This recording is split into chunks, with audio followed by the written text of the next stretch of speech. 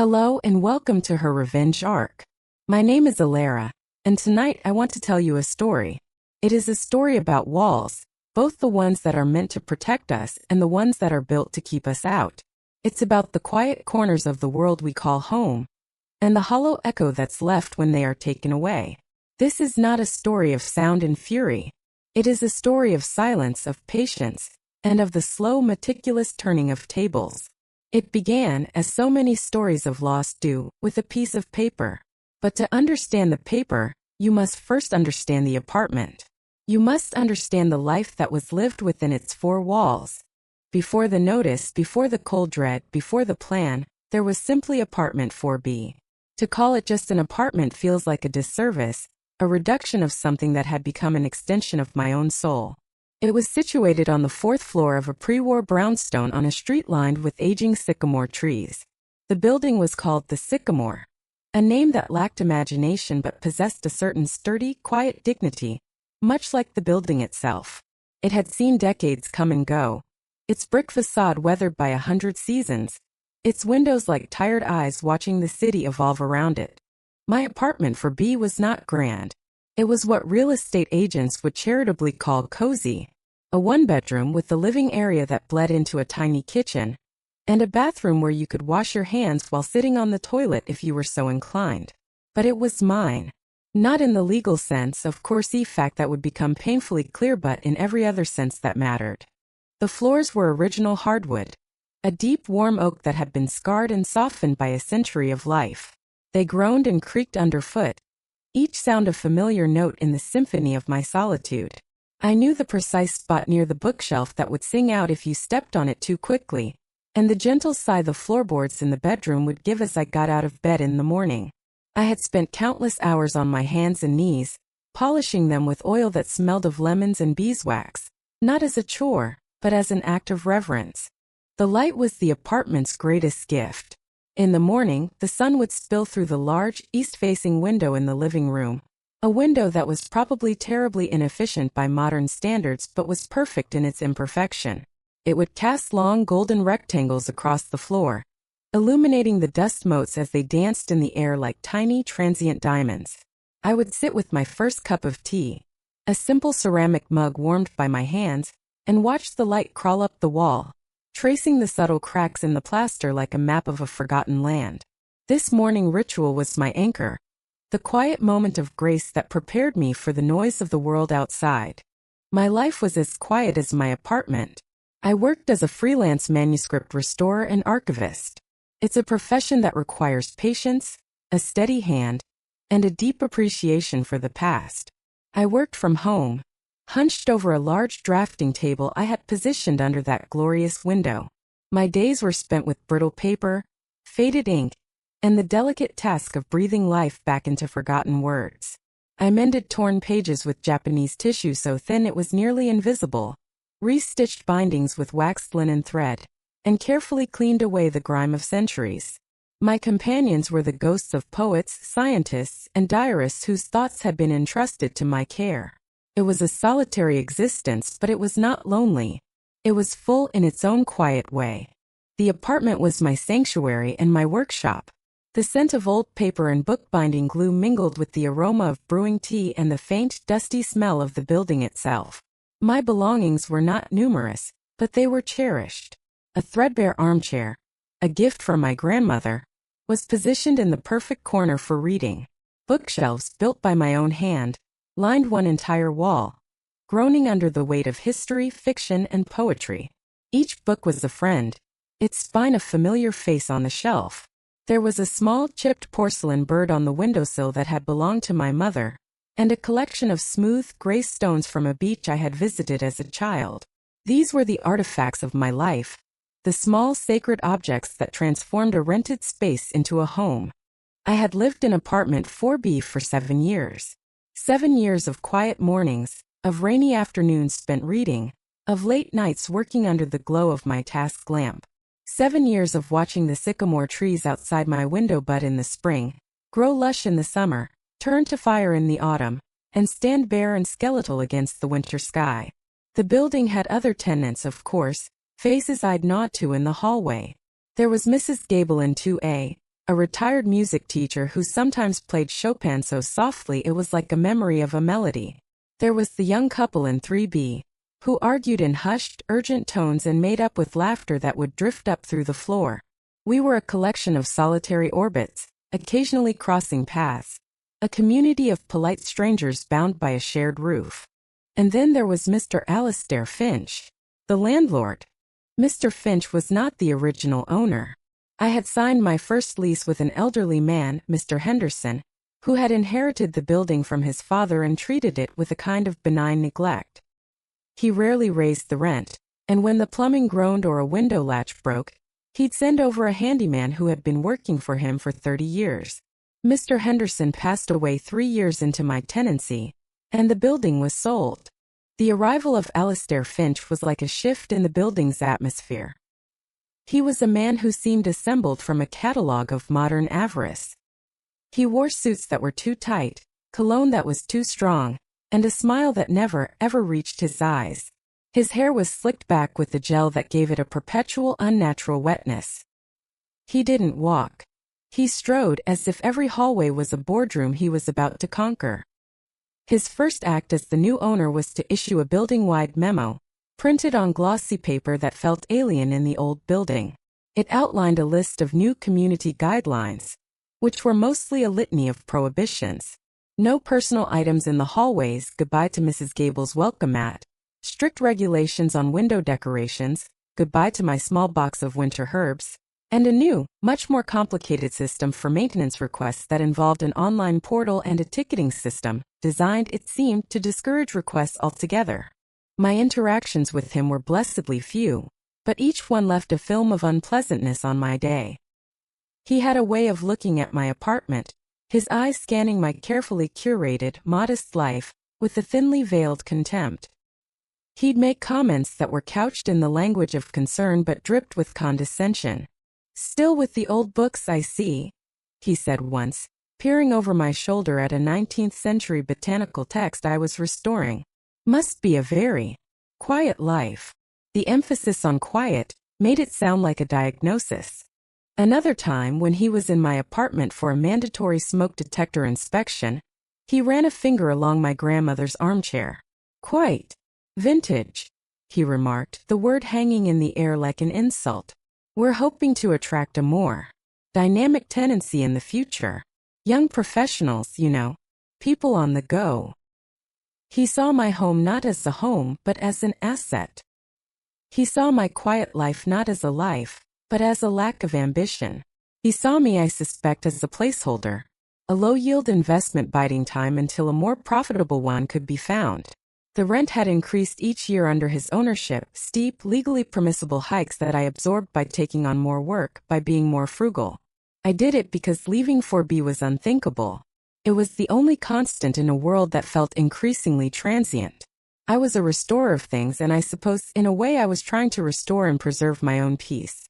The sycamore trees were turning their fiery autumn colors when the notice arrived. It was a Thursday.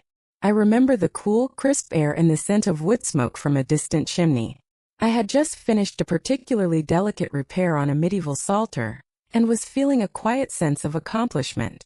I went down to check my mail, a daily ritual. There, in my small metal mailbox, was a crisp white business envelope. It had the building's new corporate-looking logo printed in the corner. Finch Properties, LLC. My heart gave a little lurch.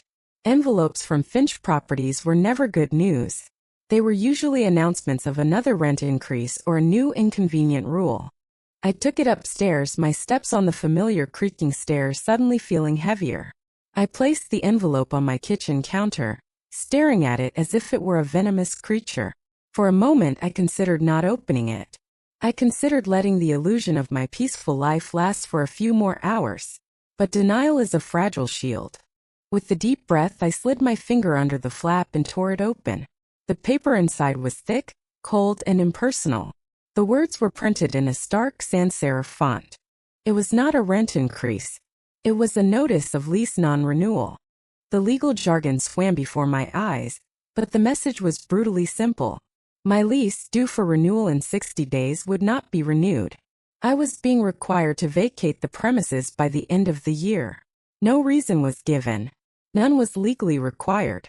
It was a no-cause eviction, a clean, sterile, and perfectly legal severing of my 7-year connection to this place. I read it once, then twice, then a third time. The words did not change. The air in the apartment, my sanctuary, suddenly felt thin and cold. The familiar scent of old paper and tea was replaced by the metallic tang of fear. I sank into my grandmother's armchair, the notice crinkling in my trembling hand. The golden afternoon light I had cherished for so long now seemed mocking, illuminating a future that had just been shattered. 60 days. 2 months to dismantle a life. To pack up 7 years of memories of quiet joys of hard-won peace. To find a new place in a city where rents had spiraled into the stratosphere. Where every decent apartment had a dozen applicants.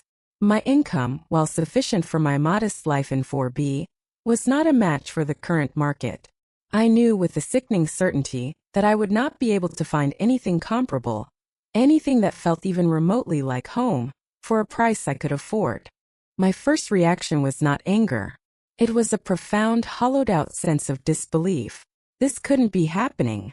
There had to be a mistake. Mr. Henderson would never have done this. But Mr. Henderson was gone. In his place was Alistair Finch. I knew instinctively why he was doing it. My rent, even with his annual increases, was far below what he could get for a newly renovated apartment in this neighborhood. He wanted me out so he could gut the place, install stainless steel appliances and gray laminate flooring, and charge double what I was paying to some dynamic young professional who wouldn't care about the soul of the place, only its proximity to the nearest trendy coffee shop. He was erasing my home to increase his profit margin. I had to talk to him. I had to appeal to what? His humanity? His sense of decency? Looking back, I see the naivety in that hope, but at that moment it was all I had. I found his number on the notice and called. It went to a crisp professional voicemail.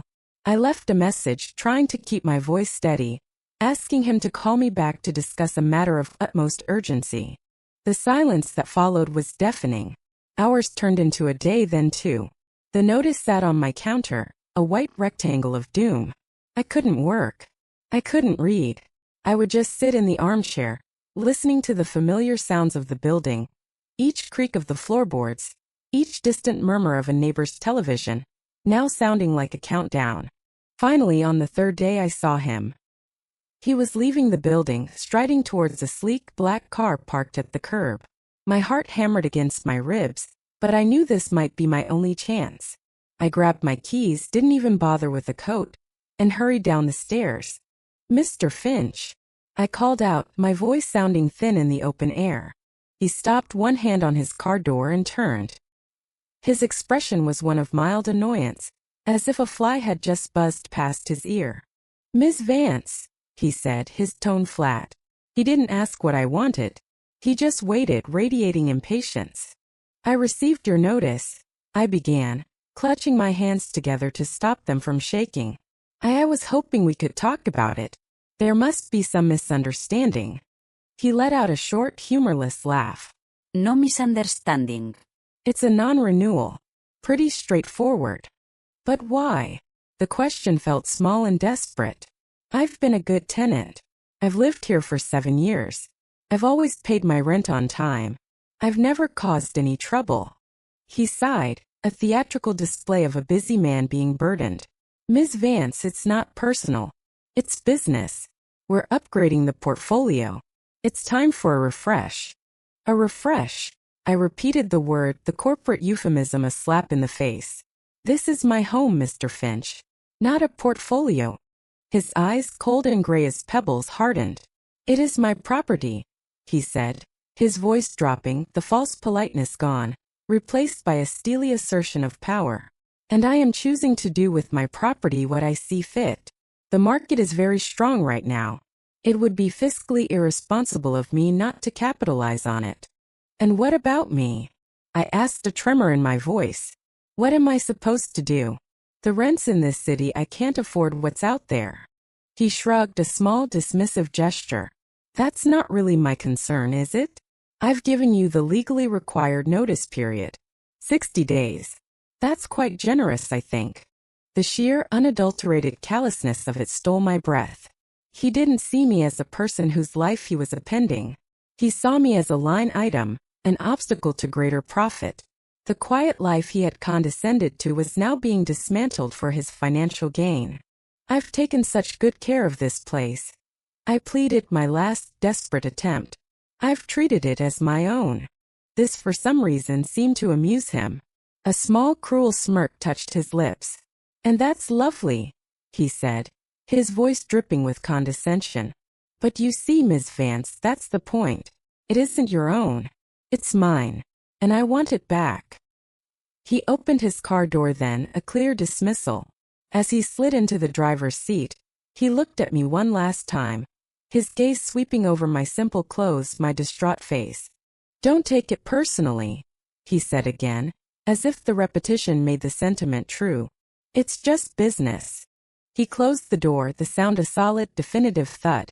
The engine purred to life, and the black car pulled away from the curb, leaving me standing on the sidewalk, shivering in the autumn air. Just business. The words echoed in my head as I walked back up the 4 flights of stairs to his apartment. The creaks in the floorboards no longer sounded familiar and comforting. They sounded like a taunt. The golden light streaming through the window felt intrusive. The smell of old books and paper felt like the smell of a life that was already over. That night, the disbelief curdled. It hardened into something else. It was not a hot, explosive anger. That wasn't my way. It was a cold, quiet, and deeply focused rage. It settled deep in my bones, a block of ice in the pit of my stomach. He was right. It wasn't my home. It was his property. He had the power, the legal right, to tear my life apart for a few extra dollars a month. He had done it with a smug smile, secure in the knowledge that I was powerless. A quiet woman who restored old books. What could I possibly do? I sat in my grandmother's armchair in the dark, the city lights painting patterns on the ceiling. I thought about the word he used. Property. A thing to be owned, to be leveraged, to be capitalized upon. He had reduced my home, my sanctuary, to a number on a spreadsheet. He thought it was his. He was about to learn a very important lesson about ownership. A lesson about what it truly means to possess something. He had started a war of attrition, of assets and capital. He just didn't realize that I was a restorer. I am patient. I know how to work with brittle, delicate things. I know how to read the faded ink between the lines. And I know how to bide my time. The cold rage in my gut did not dissipate. It crystallized. It became a plan. It was a wild, audacious, and utterly impossible plan. But as I sat there in the encroaching darkness of my last weeks in apartment 4B, the impossibility of it was the only thing that felt like hope. He wanted his property back. Fine. I decided in the quiet of that night that I would give him what he wanted, and then I would take it all. I would buy the entire building. The 60 days that followed were a peculiar form of torture, a slow, methodical dismantling of a self. The first 2 weeks were spent in a frantic, soul-crushing search for a new place to live. I scoured online listings, my heart sinking with every click. Shoebox-sized studios in grim basement levels were asking for more than I was paying for 4B. Anything decent, anything with a window that didn't look directly onto a brick wall, was astronomically out of my reach.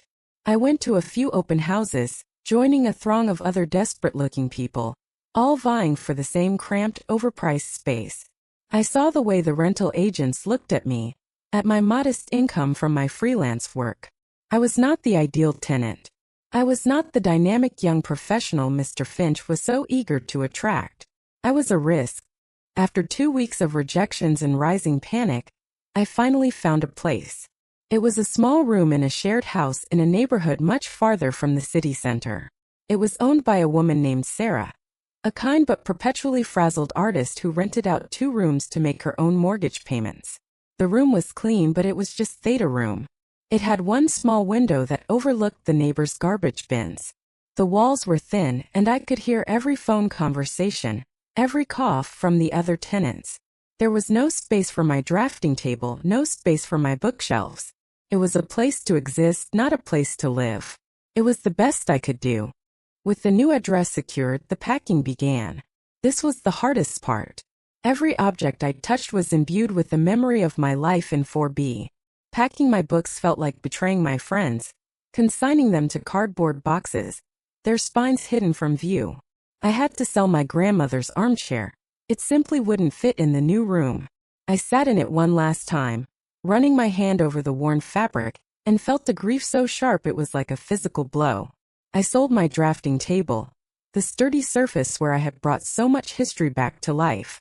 Most of my work would have to be put on hold until I could figure out a new arrangement. My income, my livelihood, was now as precarious as my housing. As I packed, I would sometimes see Mr. Finch. He was at the building more often now, overseeing a parade of contractors and designers who would march through the hallways, taking measurements and speaking loudly about gut renovations and maximizing square footage. He would walk past me, sometimes seeing me with a stack of boxes in my arms, and offer a nod that was somehow both pitying and triumphant. He was a man watching his investment portfolio mature. I was just collateral damage. The other tenants were in a state of quiet panic. Mrs. Gable from 2S stopped me in the hall one afternoon, her face pale, her hands trembling. He had given her a notice to. She had lived in the Sycamore for over 40 years. "Where will I go, dear?" she whispered, her eyes welling up. "This is the only home I've known since my husband passed." I had no answers for her. I could only offer a hand on her arm and a murmur of sympathy, which felt utterly useless. Finch was picking us off one by one, as our leases came up for renewal. He was emptying the building of its history, of its community, to make way for his shiny, profitable future. The day I moved out was gray and drizzling, the sky weeping a pathetic fallacy for my mood. The movers were efficient and impersonal. They emptied my apartment in under 2 hours. When they were done, I stood alone in the vacant space for the last time. It was a hollow shell. The floors were bare, showing the indentations where my furniture had stood for 7 years. The walls were marked with pale rectangles where my bookshelves had been. The morning light, my beautiful golden light, fell on an empty floor. The apartment, stripped of my life, looked sad and diminished. I took one last look out the window at the sycamore trees, their bare branches black against the gray sky. Then I closed the door on apartment 4B, the click of the lock echoing in the empty hall like a final irrevocable full stop. My new life in the small room was a period of profound dislocation. I felt like a ghost haunting someone else's house. I stored my packed-up Life Me books, my tools, my memories in an expensive, climate-controlled storage unit. Another monthly bill chipping away at my savings.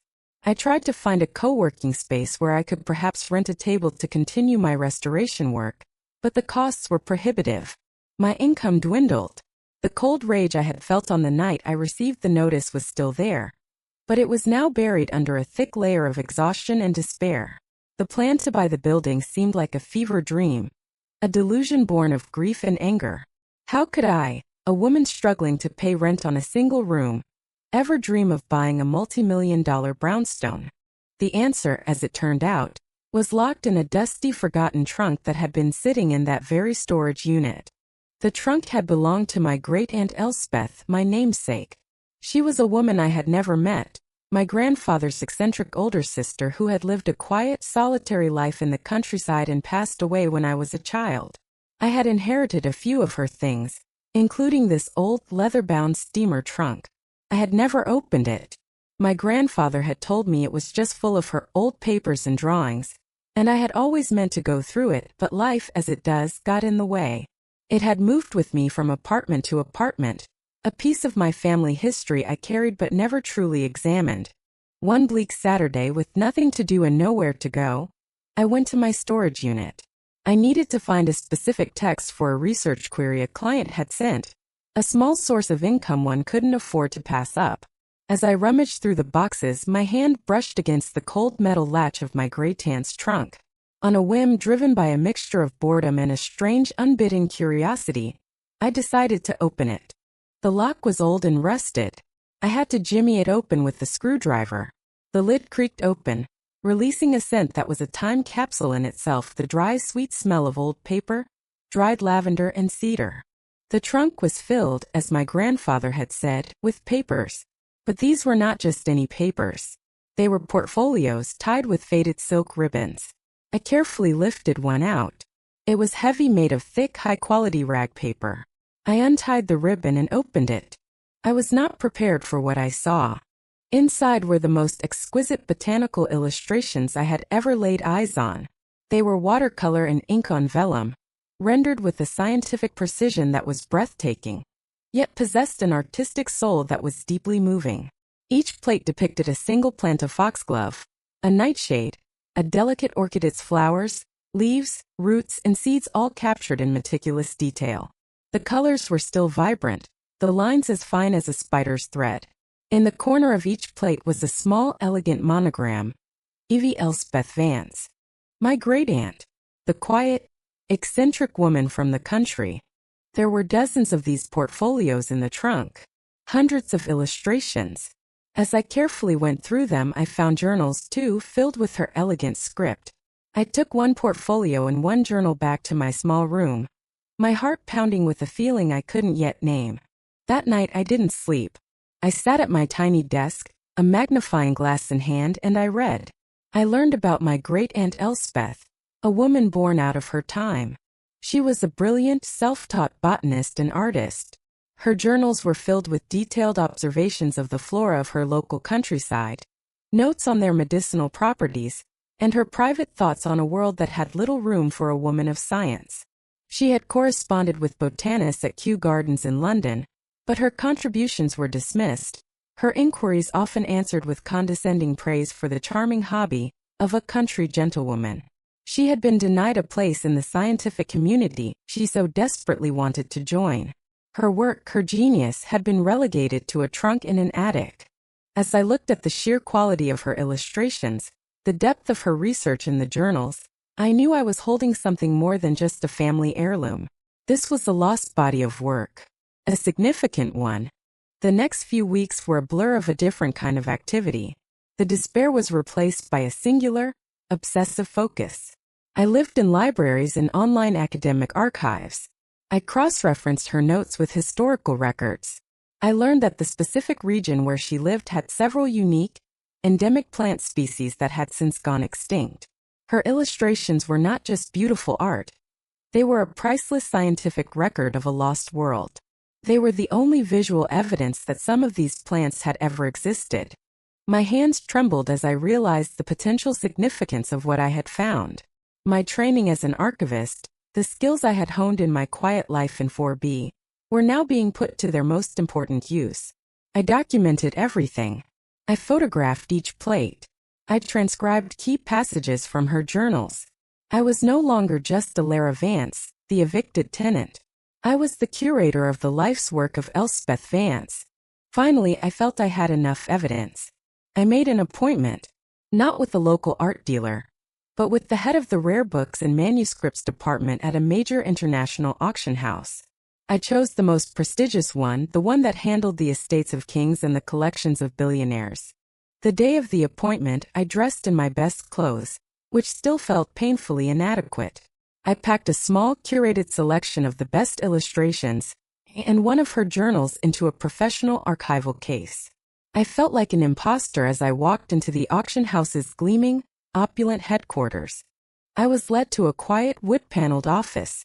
A man named Dr. Alistair Finch-Sorry, a Freudian slip of the most delicious irony. His name was Dr. Julian Croft. He was a distinguished, silver-haired man with kind, intelligent eyes behind gold-rimmed spectacles. He greeted me politely, but with the professional reserve of a man who sees dozens of hopefuls a week, most of whom believe their grandmother's old painting is a lost Rembrandt. "Miss Vance," he said, gesturing to a chair. "Thank you for coming in. You mentioned on the phone you had some botanical illustrations of potential interest." "Yes, Dr. Croft," I said, my voice steadier than I expected. "They are the work of my great-aunt Elspeth Vance, from the late 19th and early 20th century." I opened the case. I laid the first illustration on his large, leather-topped desk. It was a depiction of a rare spotted orchid. Dr. Croft leaned forward. He picked up his spectacles, which had been hanging on a chain around his neck, and placed them on his nose. He was silent for a long time. He did not touch the illustration. He simply looked, his eyes scanning every detail, from the delicate veining on the petals to the tiny hairs on the stem. He looked up at me, his professional reserve gone, replaced by a look of intense, scholarly excitement. "May I?" he asked, his voice a near whisper. I nodded.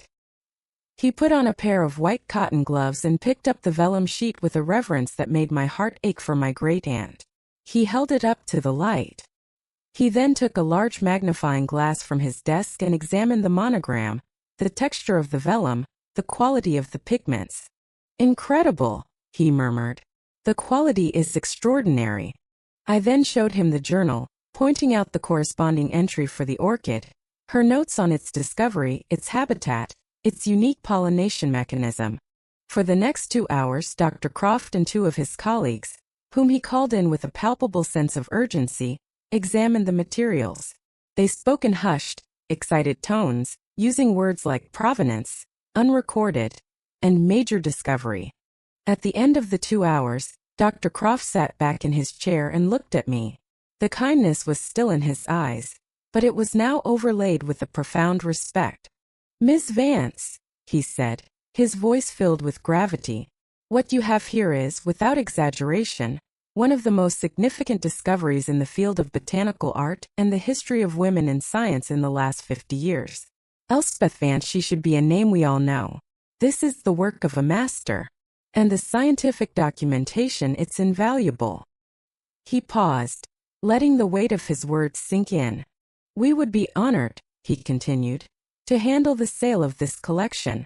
We believe that, at auction, the interest from museums, botanical institutions, and private collectors worldwide would be unprecedented." He named a number then. A conservative estimate, he called it. An 8-figure number. I stared at him. The sound in the room seemed to fade away. The number hung in the air. An impossible, life-altering figure. I thought of my small room, my storage unit, my dwindling savings. I thought of my grandmother's armchair, which I had sold for a pittance. I thought of Mrs. Gable, wondering where she would go.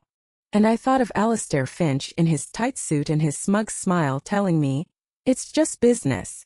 A single clear thought cut through the shock. My fever dream was not a dream. It was a premonition. "Dr. Croft," I said, my voice quiet but firm, "I would like to proceed." The months leading up to the auction were a whirlwind. The auction house's PR machine went into high gear. There were articles in major newspapers, features in art and science magazines.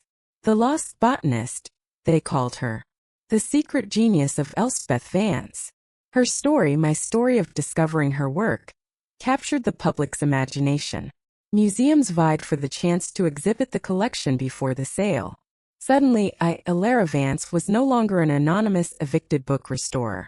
I was the guardian of a legacy. I insisted on 2 conditions for the sale. First, the entire collection had to be digitally archived and made available to the public for free, so that Elspeth's work could finally be seen by the world. Second, the collection was to be sold as a single lot. It was not to be broken up. Her life's work would remain whole. Dr. Croft agreed without hesitation. I did not attend the auction in person. I couldn't bear the spectacle. I watched it on a private live stream from my small room, a cup of tea growing cold in my hands. The bidding was ferocious. It started high and climbed relentlessly. Bidders from all over the world, represented by agents on the phone, fought for her legacy. It surpassed the estimate, then doubled it, then tripled it. When the final gavel came down, the number was so large it seemed unreal. It was a sum of money that could not just change a life but could reshape a reality. My great-aunt Elspeth, a woman silenced and dismissed by the men of her time, had given me a voice. A very, very powerful voice. And I knew exactly what I was going to say with it. After the auction, after the lawyers and the accountants and the transfer of funds that felt more like abstract theory than reality, I did not change my life. I did not buy a mansion or a fast car. I stayed in my small room. I continued to live modestly. The money wasn't the point. The money was the ammunition. The plan, born of a cold and quiet rage, was the point. The first thing I did was hire the best, most ruthless corporate lawyer I could find. Her name was Evelyn Reed. She was a woman in her 50s with sharp, intelligent eyes, a no-nonsense haircut, and a reputation for being a shark. When I met her in her sleek, minimalist office overlooking the city, I told her the whole story. I told her about apartment 4B, about Mr. Finch, about Mrs. Gable, about his condescending smile and his mantra of, "It's just business." When I finished, she didn't offer sympathy. She gave me a thin, sharp smile. "I like this," she said. "It's poetic. And I do enjoy poetry." We set to work. The plan required absolute anonymity. I could not be seen to be the buyer. Mr. Finch's greed was his weakness, but his ego was a close second. If he knew it was me, he might refuse to sell out of pure spite, no matter the price. Ms. Reed created a shell corporation, a limited liability company with an intentionally bland, vaguely powerful-sounding name, Ethelred Holdings, LLC. Ethelred, the Anglo-Saxon king whose name meant noble counsel, but who was better known to history as Ethelred the Unready. The irony was my own private joke. The official paperwork listed a series of other shell corporations as its officers, a labyrinthine trail that led to an offshore account and ended with Ms. Reed as the sole legal representative. My name was nowhere near it. To the outside world, Ethelred Holdings was just another faceless, deep-pocketed real estate investment firm. Next we waited. This was the hardest part for the rage-filled part of me, but the easiest part for the patient book restorer. I knew from my time at the building that Finch was pouring money into renovating the apartments as they became vacant. He had already gutted the first-floor units. These renovations were expensive. I also knew, from some discreet digging by Ms. Reed's investigators, that he had leveraged the building heavily to finance his other projects. He was asset-rich but likely cash-strained. He was counting on the increased rental income from the renovated units to service his debts. We waited 6 months. 6 months during which I imagined him striding through the building, overseeing his grand project, evicting the last of the long-term tenants, feeling like the king of his castle. Then Ms. Reed made her move. She sent a letter. Not to Finch directly but to his real estate broker, a man whose name we had also acquired.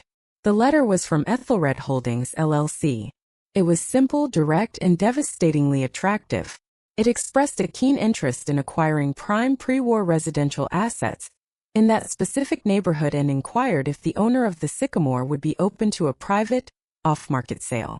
It hinted at an all-cash offer and a quick, no-fuss closing. It was bait, perfectly designed to appeal to a man like Finch. An off-market sale meant no broker's fees eating into his profit. An all-cash offer meant no risk of a deal falling through due to financing issues. It was a golden ticket, a chance to cash out big and fast, to reap the rewards of his investment, without having to wait for the slow trickle of rental income. As we expected, his broker responded within 24 hours. Mr. Finch was intrigued. The negotiation began. It was a game of chess played by proxy, with Ms. Reed as my grandmaster. She was brilliant. She started with an offer that was high but not too high, just enough to get him to the table. Finch, predictably, countered with a ridiculously inflated number. He was greedy. He saw a faceless corporation with deep pockets, and he wanted to squeeze every last drop out of them. Ms. Reed feigned hesitation. She sent emails expressing that Ethelred Holdings was disappointed, that the price was far beyond their valuation models, that they were exploring other properties. This drove him mad. We knew from his broker, who was desperate to make the sale, that Finch was becoming agitated, afraid of losing the big fish. We let him stew for a week. Then Ms. Reed went back with the final offer. It was significantly higher than our first, a number that would represent a massive profit for him, a life-changing amount of money. But it was still well below his absurd counteroffer. We attached a condition. The offer was good for 48 hours. After that, Ethelred Holdings would be moving on. It was a power play, a calculated risk. And it worked. His greed warred with his fear of losing the deal, and greed won. 47 hours later, he accepted the offer. The closing was handled entirely by the lawyers. I signed the final papers in Ms. Reed's office, my hand steady. The name on the deed was not Alara Vance. It was Ethelred Holdings, LLC. On paper I had vanished. In reality, I had just become more powerful than he could ever have imagined. The day the sale was finalized, Ms. Reed called me. "The keys are ours," she said, a note of satisfaction in her voice. "Congratulations, Miss Vance. You are now the owner of the Sycamore." I didn't feel a rush of triumph. I felt a quiet, profound sense of rightness, of a circle closing, of a balance being restored. I waited another week. I let him have a few more days of thinking he had won, of thinking he had pulled off the deal of a lifetime, fleecing some anonymous corporation. I wanted the news to be delivered at a moment of his own choosing. I wanted the setting to be perfect. I knew he was in the process of evicting the last long-term tenant, Mrs. Gable. Her 60 days were up. I knew from a discreet conversation with her that he had arranged to meet her at the building to collect her keys and do a final condescending walkthrough of the apartment she had called home for 4 decades. He was going to perform one last act of petty tyranny in that building as its owner, without realizing he was no longer its owner. The day arrived. It was a crisp, bright winter morning. The sun was shining, a stark contrast to the gray, drizzling day I had moved out. I dressed carefully. I did not wear the expensive clothes my new wealth could afford. I wore a simple dark dress. I wanted him to see the same woman he had dismissed on the sidewalk. I arrived at the Sycamore. I walked into the lobby, my lobby, and saw them standing outside apartment 2A.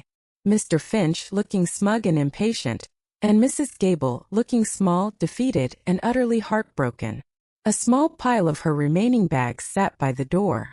"And as I've explained, Mrs. Gable," Finch was saying, his voice dripping with false patience, "the security deposit will be mailed to your forwarding address, pending inspection for damages, of course." "There are no damages," she whispered, clutching her handbag. "I loved this home." "Yes, well," Finch said dismissively. He turned, ready to deliver some final parting shot of condescension, and he saw me. His face registered a flicker of confusion, then annoyance. "Miss Vance, what are you doing here? This is private property. If you're here to collect mail, it's been returned to sender." I walked slowly towards him, my footsteps silent on the marble floor. I stopped a few feet away. "Hello, Mr. Finch," I said, my voice calm and even. "I'm not here for mail." I looked past him at Mrs. Gable and gave her a small, gentle smile. "Mrs. Gable," I said, "you don't have to leave." Mrs. Gable looked at me, her eyes wide with confusion. Finch scoffed. "What on earth are you talking about? Of course she has to leave. Her lease is terminated.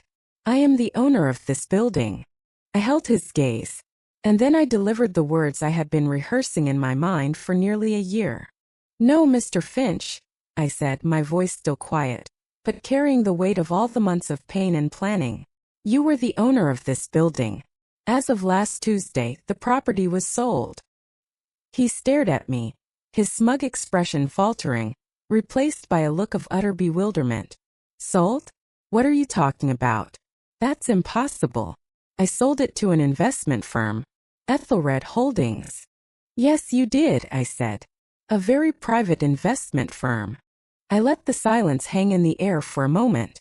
I watched his mind working, the gears turning, trying to connect the dots. I watched the dawning horror spread across his face as the impossible truth began to settle in. His face went from confusion to disbelief, to a pale, slack-jawed shock. "No," he whispered. No. "It can't be. I am the sole proprietor of Ethelred Holdings," I stated simply and factually.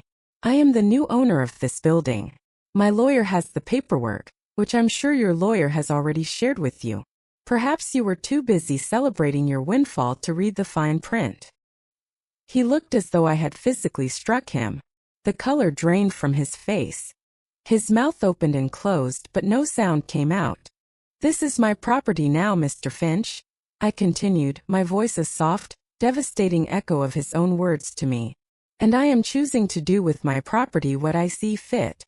I turned to Mrs. Gable, who was looking back and forth between us, a glimmer of hope dawning in her tired eyes. "Mrs. Gable," I said gently, "your eviction is cancelled. Your rent, as of this month, will be reduced by 30%. And that leaking faucet in your bathroom will be fixed tomorrow. Please go back inside. You are home. Tears streamed down her face. She fumbled with her keys, unlocked her door and disappeared inside, closing it softly behind her. Finch finally found his voice. It was a strangled, furious squawk. You can't do this. This is insane. Why would you do this? I looked him directly in the eye. The cold, pebble-gray eyes that had dismissed my life, my home, my humanity. You told me not to take it personally, I said, my voice dropping to a near whisper, forcing him to lean in to hear me. You told me it was just business. I paused, letting the words sink in. This is just me. Reinvesting my capital. He sputtered, his face turning a blotchy red. I'll sue you. For fraud. For something. Sue me for what? I asked, my calm unnerving him more than any shouting ever could. For buying your property in a legally binding sale that you eagerly agreed to? For paying you the exact amount of money you demanded?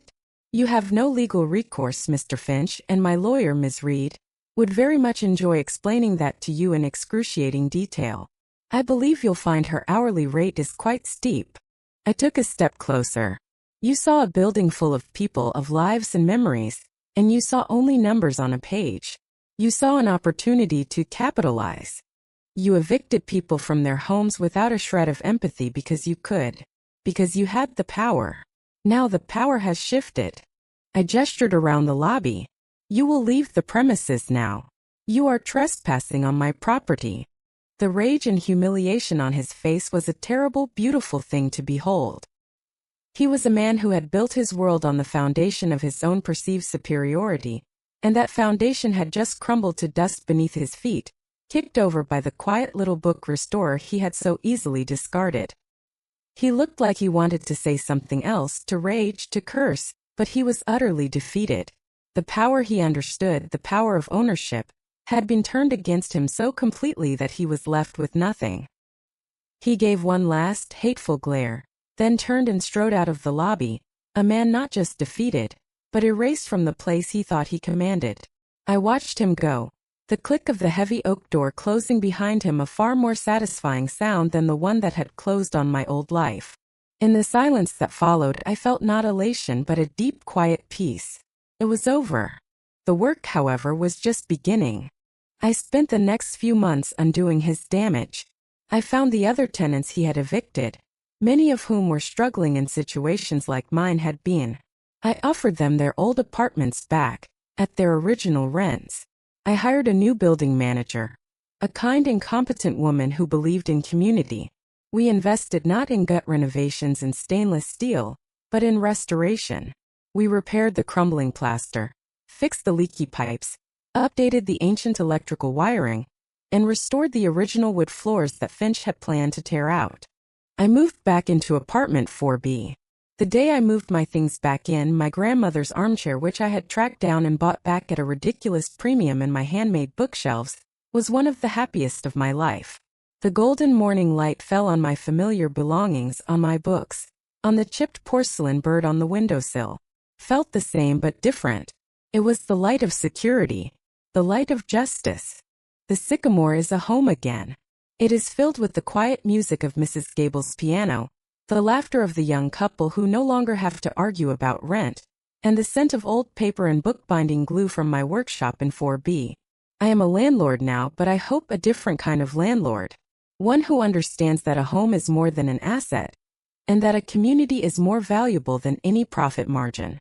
Sometimes I sit in my armchair and look out at the sycamore trees, and I think about the nature of power. Mr. Finch thought it came from money, from ownership, from the ability to impose his will on others.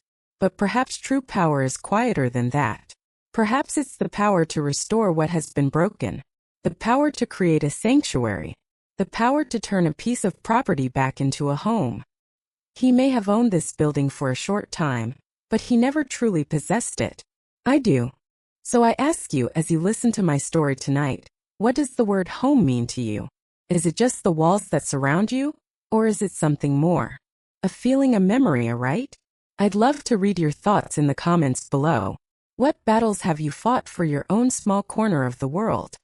Thank you for listening to her revenge arc. If this story resonated with you, please consider giving it a like, sharing it with someone who might need to hear it, and subscribing for more stories of justice, served with patience. Until next time, be well and be strong.